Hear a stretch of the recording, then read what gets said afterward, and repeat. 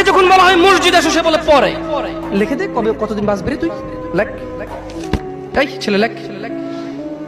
হাসতেছেন হাসতেছেন, ইন্না লিল্লাহি। সে বলে পরে। তার এই কথাটা মিনিং করে সে জানে সে কতদিন বাঁচবে, তাই সে পরে এক সময় সময় করে এসে দিবে। ইন্না লিল্লাহি ওয়া ইন্না ইলাইহি রাজিউন। কত বড় মারাত্মক কথা। হায়াতের মালিক কে? গায়েবের মালিক কে? সে কিভাবে বলে সে পরে আসবে? সে মাগরিব পড়বে না, ঈশা পড়বে না, ফজর পড়বে না।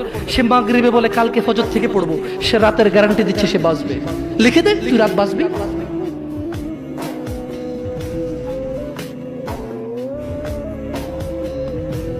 আল্লাহ ক্ষমা করুক এরকম মাদের যারা তাদের ছেলেকে দাড়ি রাখতে দেয় না। আল্লাহ ক্ষমা করুক এরকম যুবকদের যারা বলে বড় হলে রাখবো দাড়ি।